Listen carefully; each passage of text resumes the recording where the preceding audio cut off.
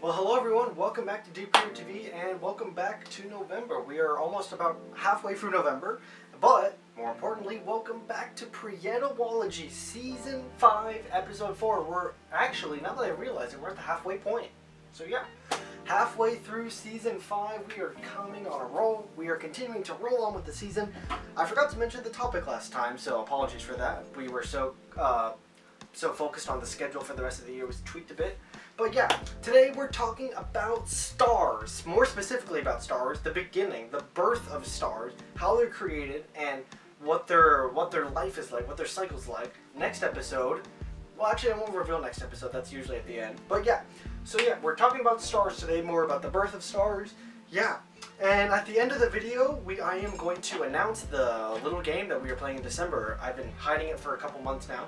But yeah, we are playing a bonus game in December. Get excited for that, coming to you, I think, on the 10th of December. So yeah, get excited for that as we head into the holiday season. So yeah, I'll waste no more time talking. So yeah, let's go over our rising star terms.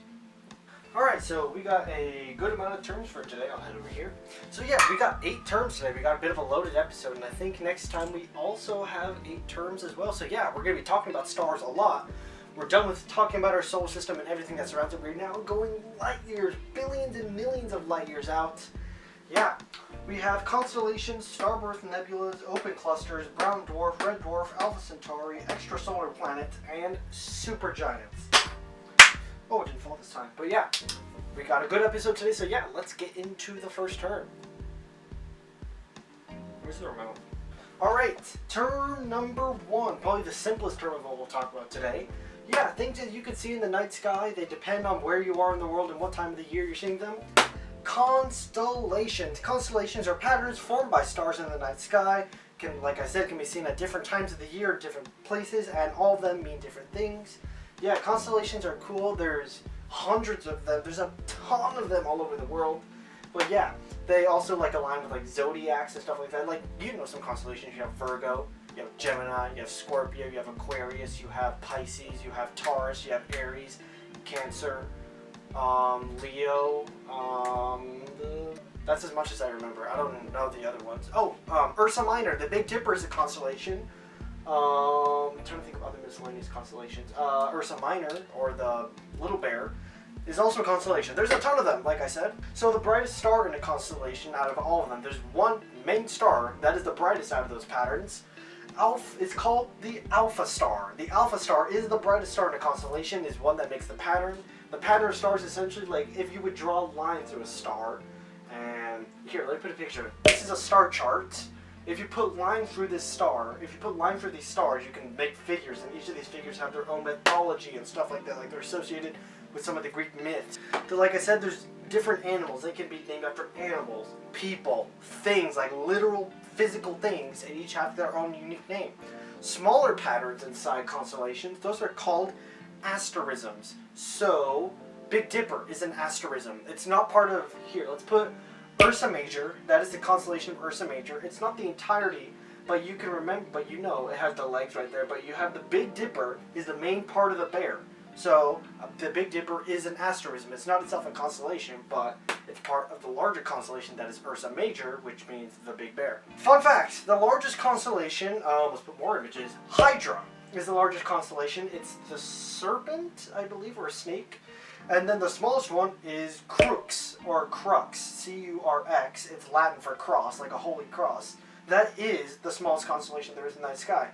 Alright, term number 2, star-birth nebulas. This is the term that we are going to be circling literally around today. We are going to be talking about this term a lot.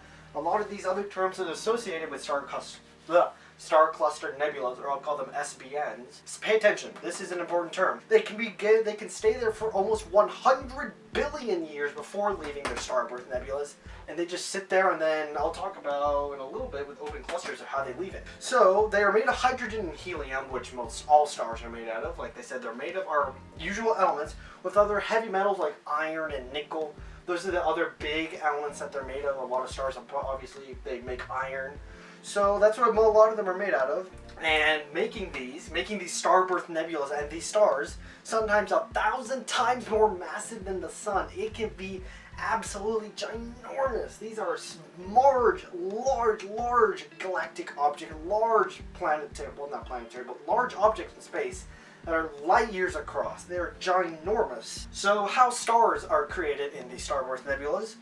Okay, let's say we have a ball of gas, a swirling ball of gas. So essentially these swirling balls of gas is when a large mass passes by these star-birth nebulas, like let's say a supernova or a supergiant, which we'll talk about. So when one of these large masses passes by our star-birth nebulas, they make swirling balls of gas, and the balls of gas get bigger and bigger and bigger and bigger and bigger and bigger until they literally collapse on their own gravity and create just explode. But not like a supernova, they just explode and create a star. That is exactly how stars are born, or a rough estimation of it. So yeah, balls of gas of hydrogen and helium forming together, and then it collapses on its own gravity, and you got a star. Billions and billions, well, hundreds and thousands of degrees hot. The brightest SBN, fun fact, our brightest star-birth nebula that exists is called the Orion Nebula, which is another one of our constellations. It's one of the big known ones, the Orion the Hunter, I believe. Orion the Hunter.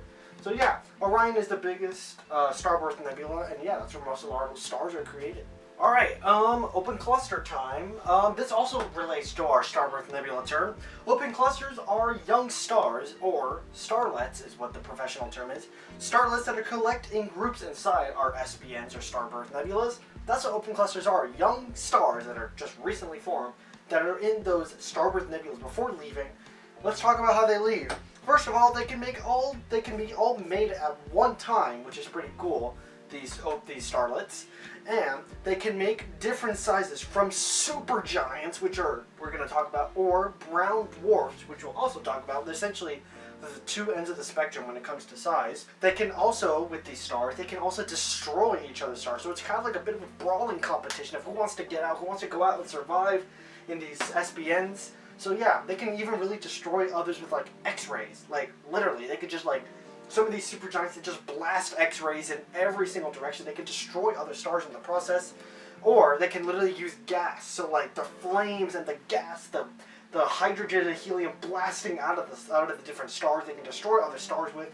It's essentially like a blowtorch, what these gases that come from things like supergiants come out of. So the remnants of all this chaos and happening and all this stuff inside star-birth nebulas, when they all leave, smaller stars. So some of the supergiants survive, some of the brown dwarfs survive, but all these stars that come out, they all have new solar wind, which means breath of fresh air. They have, essentially, they're able to react and able to like let out all their hydrogen and helium safely and cleanly. Essentially, they have like a new atmosphere, essentially.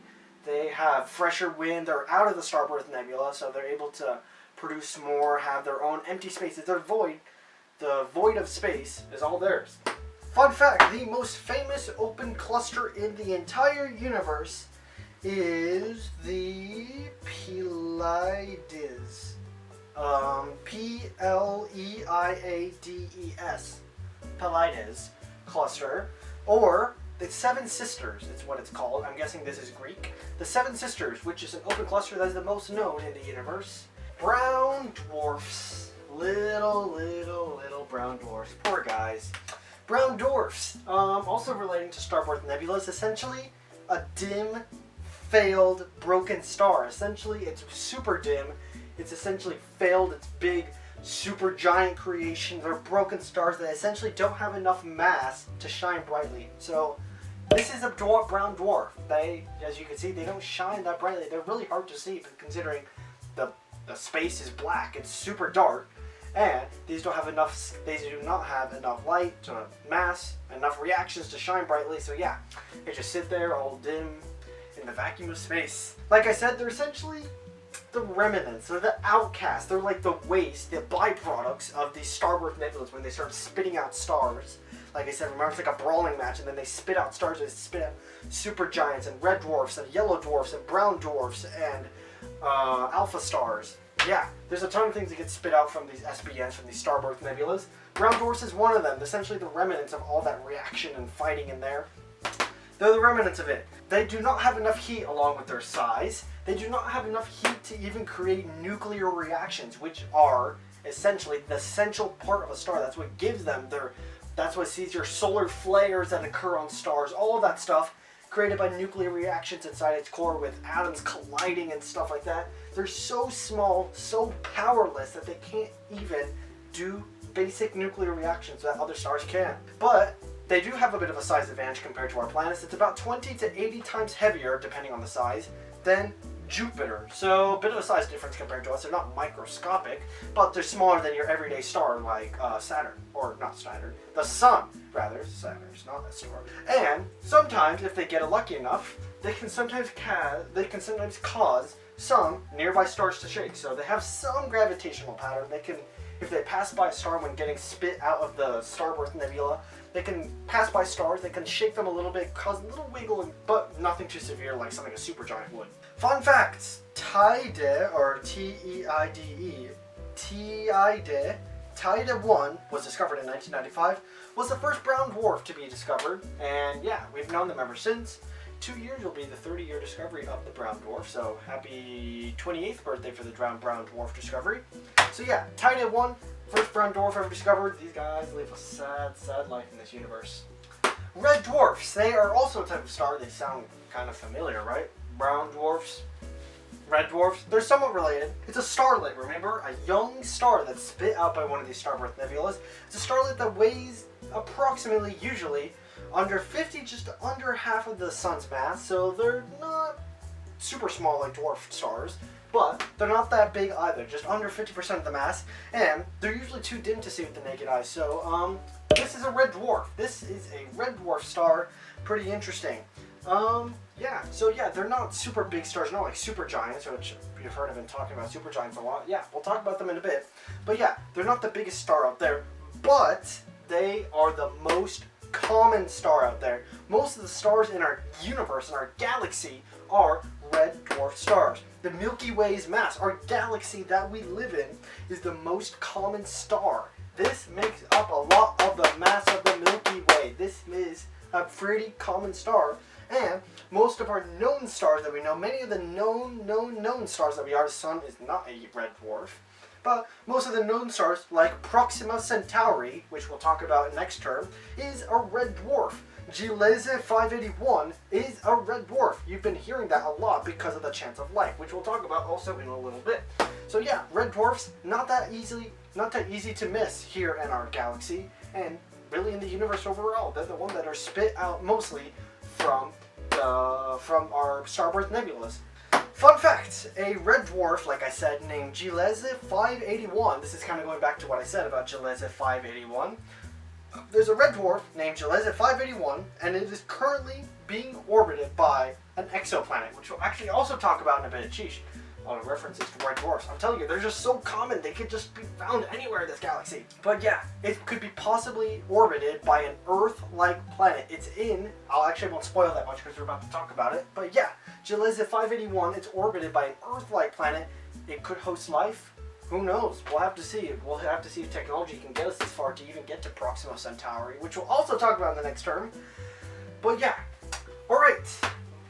We mentioned this a lot when we talk about red dwarfs because this is a very, very, very good example of a red dwarf. Good old Alpha Centauri. You've probably heard about this in all those sci-fi shows everywhere. This place actually exists. Alpha Centauri is the closest group of stars to the sun, to us. It is 4.2 light years away, which in astronomical terms, considering something like all the other stars and galaxies in our planet, it's pretty close. 4.2 light years. It only takes light 4 years to get there. So let's say from Earth, let's say a beam of Earth that reflected off from the sun left our Earth on January 1st of 2020. It would get to Alpha Centauri it would make it to Alpha Centauri in mid to late February of next year. So yeah, that just tells you how far Alpha Centauri is. It is very far, but in astronomical terms, it's the closest we can get. It's made up of, like, remember how it says here, the closest stars to the sun? That is important. It is made up of actually 3 stars. It's not 3 stars into one big star. No, it's 3 separate stars. two of which are yellow dwarfs like our sun. They are called Alpha Centauri A and B. Those are the two stars. And the third star is a smaller red dwarf, which we just talked about. Proxima Centauri, we just literally talked about it. It's a red dwarf. So you got our two yellow dwarfs of Alpha Centauri A and B, and our red dwarf of Proxima Centauri. So kind of like that Latin, has that little bit of a Latin vibe. Well, not vibe, but they're named after Latin things like Alpha Centauri, Proxima Centauri. Those are all Latin words. The light of these stars make it the third brightest star in the night sky. Not planet, because some planets go pretty brightly, but star, just stars in general. It makes it the third brightest star in the night sky. I think number one is Betelgeuse. Number one is obviously the sun, obviously super bright. It's the thing that provides us all our light. Number two, I think, is Betelgeuse, and number three is Alpha Centauri, I believe. But yeah, all these three stars together, they make Alpha Centauri. And remember what we were talking about on Proxima Centauri, it could host life. Fun fact, it would take a space probe with our current technology that we have, or the technology when the book was written, it would take a space probe about 70,000 years to get there. So yeah, we can't get there right now. We don't have the technology to do that, but who knows? In the future, we might be able to whittle down 70,000 years to maybe a year. Who knows? But yeah, as it stands right now, it would take us 70,000 years to reach Alpha Centauri. So yeah, something for the near future. All right, we are on our penultimate turn. We are almost done with the first half of Prietology Season 5. We're blasting off into space with this episode. Yeah, speaking of space, let's talk about more space terms. Extrasolar planets, or as you might know them, exoplanets. They are planets that belong to far-flung stars, far away from their starburst nebulas. They are very, very far. Exoplanets, those are the stars, those are the planets that belong to them. The main target for astronomical research are these exoplanets because they could host life. Who knows? We might just get lucky one day when looking at a star and we see that there is life. So, something for the future that might be very exciting. So yeah, this can be seen usually when a star gets dim. So let me see if I can whittle this down. So if you have a star, here on Earth we have computers that measure the brightness of stars, and usually you would expect that brightness of that star to stay at a constant unless there's like a solar flare and it gets brighter, but that usually doesn't happen. So we track the brightness of these stars, and when we see even the smallest of objects, even things that are the fraction of the size of that star, pass through them, it has to get a little bit dimmer because of the light getting in there. So there's a little bit less light. These computers that we have can track that, and if the light gets dim, that means there could be an extrasolar planet passing by it, and voila! We found the extrasolar planet. So yeah, that's good when this happens. Gliese, we're back to Gliese, or our brown dwarf. Gliese 581d is the planet, is the extrasolar planet that orbits Gliese 581. It's an exoplanet orbiting that red dwarf in Alpha Centauri. So, do you see how these things all interact? They do. It orbits the red dwarf of Gliese 581 and is located, which is the most exciting bit of why we want to find this Gliese 581, is that it's in the Goldilocks zone of that red dwarf, which means not too hot or not too cold. Does that sound familiar? It should. That's where our Earth is compared to the sun. It's neither too hot like Venus or too cold like Mars. It's right in the middle where we can get the exact amount of warmth, and it can sustain life. Fun fact, there are over 300 known exoplanets in our universe that we know. Some of them are very, very, very far. But yeah, great stuff to know that we are maybe not be alone in this universe. Alright, last but not least, holy mackerel, what a term we have. Probably the biggest, literally the biggest term we've ever talked about in Prietology. Supergiants. They are the largest stars in the universe. They are ginormous stars, chock full with energy, nuclear reactions, and solar flares. The largest star that can be made from a starburst nebula. They either burn red, white, or blue. Sometimes they can be a bit of shade of red, like yellowy. Our sun is not a star supergiant, otherwise we would all burn to a crisp. But yeah, it's the largest star that can be made from a starburst nebula. They can either be red, white, or blue. Sometimes blue, that means it burns hotter than a red. But the size of it is unparalleled in our universe. It is so big, 10 to 70 times more massive than the sun, with sometimes there's something called super heavy supergiants. So these are the big boys that you can see here. very, very, very, very big. They are ginormous. They can be up to 500 times bigger than our sun and burn 1,000 times brighter. That just tells you the scope of these supergiants compared to our sun. Our sun is nothing compared to the size of these supergiants. It is huge. Ginormous nuclear reactions occur in these supergiants that can cause radioactive solar winds, just super radioactive solar winds, much bigger than ours, and can cause, but with all this energy and all this size, supergiants unfortunately live small sizes, so small lives rather, they live very short lives. So yeah, that is the cost of being so big and so massive. You use up a ton of energy that goes away like that. And when these supergiants explode, or when any star explodes after the light, they just collapse in on something, gets bigger and bigger, and then just, it literally blows up. And that is something called a supernova, which, sneak peek for our next episode, we're not going to talk about too much of them because I don't want to spoil next episode. So yeah, we'll leave it there with supernovas. The largest known supergiant, fun fact, is Betelgeuse. Not as in like the movie, but there's a star. It's spelled Betelgeuse. Betelgeuse is our biggest supergiant that we know. It is ginormous. What an episode. We've just finished 8 terms. Whew, that was tiring. But yeah, let's go over our announcements. We got some good announcements today. I just gotta put my toad here, my little toad cutout right here in front of our astronomy book. And yeah, let's get ready for announcements. We got some interesting announcements after what was a pretty interesting episode about stars. So, announcements coming on December 10th, which is the next video after, it's the second to next video, so it's one more video, then this new game, which will be coming on December 10th, which will be an old game. It's not a recently new one. Pac-Man Championship Edition DX. It's a game I've played before. I haven't played in a long time.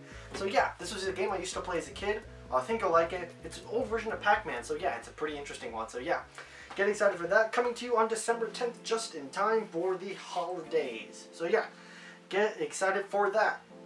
Next episode of Prietology will be Season 5, Episode 5, and then after that will be 3 more episodes. We're getting all the way to Episode 8, the longest ever season. Of course, this is our last ever season of Prietology, the last time we'll make this. So yeah, Season 5, Episode 5 will be released on November 26th, just after Thanksgiving. So first, have a happy Thanksgiving soon, in about 2 weeks. But yeah, I hope you will have a happy Thanksgiving. November 26th, stay tuned. After that for Thanksgiving, you'll have your Prietology Season 5, Episode 5, which will be about more stars. We're going to continue talking about stars, but remember how I was talking about supergiants, supernovas. That is the big talking point. And what happens when these stars explode? What happens when these stars explode? More stars we'll talk about, more interesting stars that we'll talk about. What happens when these stars explode? What happens when they become nebulas? And even in a worst case scenario, what happens when these stars are so big they can create black holes? Which we're talking about black holes next week. Don't miss it. It's super interesting. But yeah, thank you for watching, everyone. I will see you in 2 weeks, which is going to be back-to-back Prietology lessons. So yeah, get excited. We got some interesting things this November. So yeah, thanks for watching. See ya. And remote.